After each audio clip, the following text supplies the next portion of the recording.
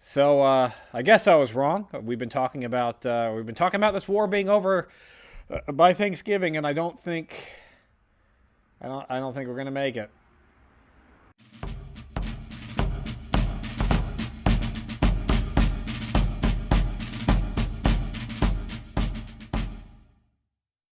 Hello and welcome to Civil War in Hindsight. I'm Lieutenant Tommy. With me, as always, is Prospector Johnny. And this week, Prospector, we got a little bit of trouble on the high seas, and the war is still going on. So, war's not over. yeah, lose on the Trouble, on the high pirates. seas. We got We got some Confederate pirate action here. Those But sons of bitches. the week is going to begin very, very loudly on the high sea, very loudly on the 22nd of November, when down in Florida at Fort Pickens.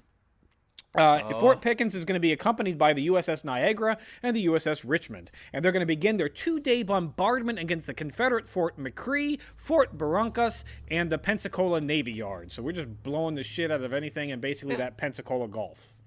Now, are these bunch of little islands, or are these on the coast type? So forts? our fort protecting the yeah. So Fort Pickens is on an island off the coast. So it is a big island, and it blocks anything going into basically the Port Navy Yard at Pensacola Navy Yard. Yeah, that you have to go through this small little channel where our fort is in order for anything to get in and out. In order to get into it. Yeah, we've effectively blockaded the entire Gulf, but we don't own the mainland. We just have a fort on the island. It's a good fueling station for our blockade. It's a good staging point for an invasion. But as of right now, and that's an important fort. That's like fort number one, probably. Yeah. So we're trying. At this point, and the forts that we're attacking then are land-based, they're land based in the Gulf around that Pensacola Navy Yard. Those two forts are protecting the Navy Yard. Yep. So no substantial casualties through this 2 days of bombardment, but Fort McCree will be badly damaged with sections of their wall missing, while the USS Richmond is going to be damaged in the first day, bad enough that it actually has to pull out and not participate in the second day's bombardment. So like a lot of our battles on the high seas, shit ton of noise, and then not much else. We're not staging an invasion. This is just trying to weaken up their defenses, I guess. All right, so we knocked down some walls, made them retreat, and then just left it at that. Yeah, we knocked down some. No, they didn't retreat. Yeah, they didn't go in and take over. No. They did not retreat. We just knocked down some walls. Well, right, but then they had to leave parts of the fort, right? Yeah, I mean the fort. Well, and do you not knock down a wall to then go in through that wall? Yeah, but we didn't go in through the wall. We didn't. Forces to take over. Didn't get that. It's ours again. Yeah, didn't get that memo. We just didn't do that. Yeah, we just knocked. Fire some cannons. Enjoy the breeze at the next storm that rolls through on the Gulf. The next hurricane that comes in. Yeah, kind of a pointless. Great win, boys. But it's news. I had to tell you about it. It's news. No, it's fine. No, it's important too. It's sort of a victory, right? Sort of. I mean, sort of a victory. We'll take it. At this point, I'm taking anything that the North has. Yeah, anything that's not a flat out loss of a shit ton of our troops and just a complete embarrassing loss is a victory. I'll take it. I'll take a draw any day. On the 24th of November, Johnny, Union troops will land and occupy Tybee Island, which is in Georgia, in preparation for an assault on Fort Pulaski, which is the main fort defending the city of Savannah. So we do make some headway in Georgia. We've got troops that are taking over a little inlet that'll do us a good staging ground for a future invasion of Fort Pulaski. So coming up through the Gulf into Georgia. Yeah. So we got that at least. So I imagine the idea there is now we can just start. I mean, if we can get a good foothold in Georgia, we can sandwich the South there and kind of spread out and make them fight a war on two fronts, which will not go well for somebody in the future. Well, it's more than two fronts, so good point there. So we have troops down in South. So over in Missouri, we basically have the North has the Northwest. Everything but the southwest corner taken control. Like we've got everything but this little corner in southwest Missouri pretty much under control. We've established a line pretty much through Tennessee. So anything south of that, of Kentucky, we've got. Although there's a couple of spots in Kentucky right on the river that's Confederates are occupying Columbus, so we've got to deal with that. Okay. We do have that big sea invasion of South Carolina that was successful. We do have a strong point now in South Carolina that establishes our entire coastal line, the Union control. So basically, any Confederate coastline has Union control with blockades, with Union restaging points everywhere along the coast for the most part. Which is good. We've now got a foot down around Fort Pickens too, and up into Georgia. Yes. So all right. So this is the Anaconda Plan is now taking on it's a literal here where we're actually starting to constrict. Before it was just about blocking and starving out. Now we're actually starting to squeeze in. Constrict their ever so very the slowly. Amount of territory. Yeah, ever so very slowly. You know what? Maybe it's just constrictors squeeze in when their prey breathes out. So maybe they're just super slow breathers, and we just have to wait. Yep. Also on the 24th, a Confederate cavalryman named Nathan Bedford Forrest Forrest is going to undertake an expedition into Kentucky that will go on through the next week. We'll see how that plays out for him, see if he gets a reputation or not. Hopefully we just kick him out of Kentucky, but we'll see what happens. In the Confederate... It's just him? Well, no, he's got a company of soldiers. It's not just him. He's got a company. Okay. He's commanding a company of soldiers. It's not just him. Because there's one dude, I feel like we can handle that. No, it's more than one dude. I would hope. The Confederate commissioners that we got into a little bit of trouble with England about a couple weeks ago. On the boat? Yeah, England found out. Yeah. They know now? Yeah. Oh, shit. So these yeah. Okay, but I imagine they're forgiving. The Confederate commissioners they're gonna from the Trent are gonna arrive in Boston and be imprisoned at Fort Warren, and at about the same time, England's gonna get word of it here. On the 27th, they get their word. Do they know we locked them up too? Well, they don't care about They're not so. They don't care what happened to them, just that we took them. Yeah, on the 24th, they start to get word that the Crown starts to get word that this has happened, and they're not too happy that we fired on one of their vessels, and we kind of wiped our butts with the British flag. So that's not going to go good. And just with kind of maritime wartime. All those. Said, who cares? The hell with that. It's fine. It's fine. So on the 25th, the Union blockade will seize a ship near North Edisto, South Carolina. So good for our blockade. But at the same time this is going on, a Confederate vessel, the CSS Sumter, is going to seize a Union merchant vessel off of Leeward Island. So hold up, they're taking merchant vessels? Yeah, they're taking. That's Confederate pirates, Johnny. Remember they dressed up in drag a couple, a month or two ago. But I thought they were supposed to also be kind of not real pirates, but just kind of the Confederate Navy and fight fair fights and this is pirate big dickholes stealing from merchant vessels. No, this is them being a dickhole stealing from merchant vessels. Yep, this is them being a dick.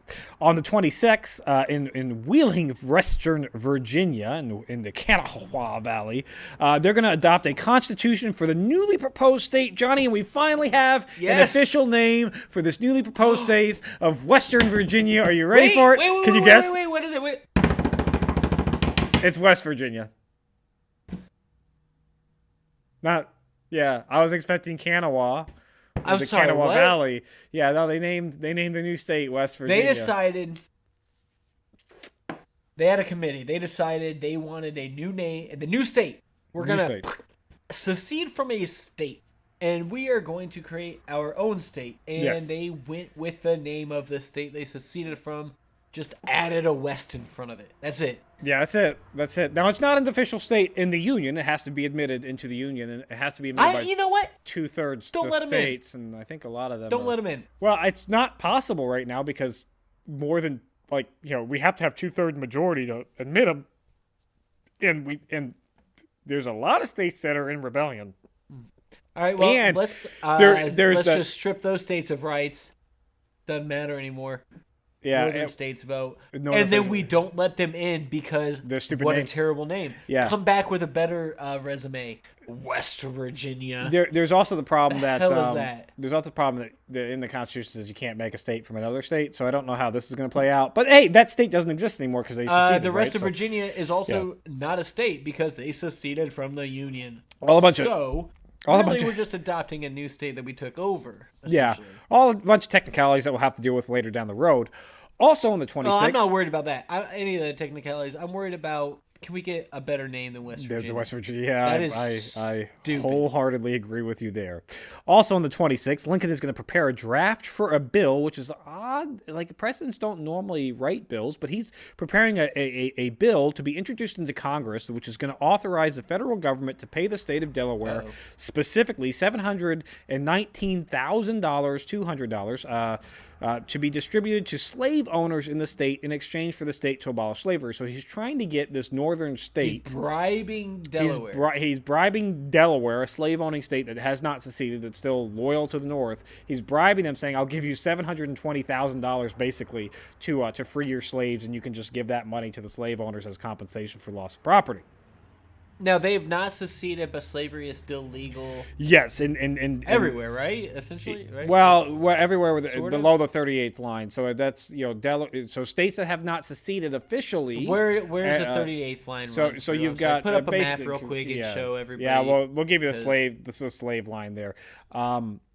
But basically, you have right now you have Delaware and Massachusetts that are slave-owning states that have not seceded. Slave-owning northern supporting states. Yes, that have not seceded. And then, of course, you also have Kentucky and Missouri that voted to not secede, but their loser representatives that lost that vote tried to form their own governments. They did their own. They did their own secession attempt after a secession after a failed vote to secede, or whatever. It was a hot mess. Watch a couple episodes back. Watch a couple episodes. Yep. Well, and we're going to get into it here in a second too. So the CSS Sumter is going to claim its second merchant vessel this week.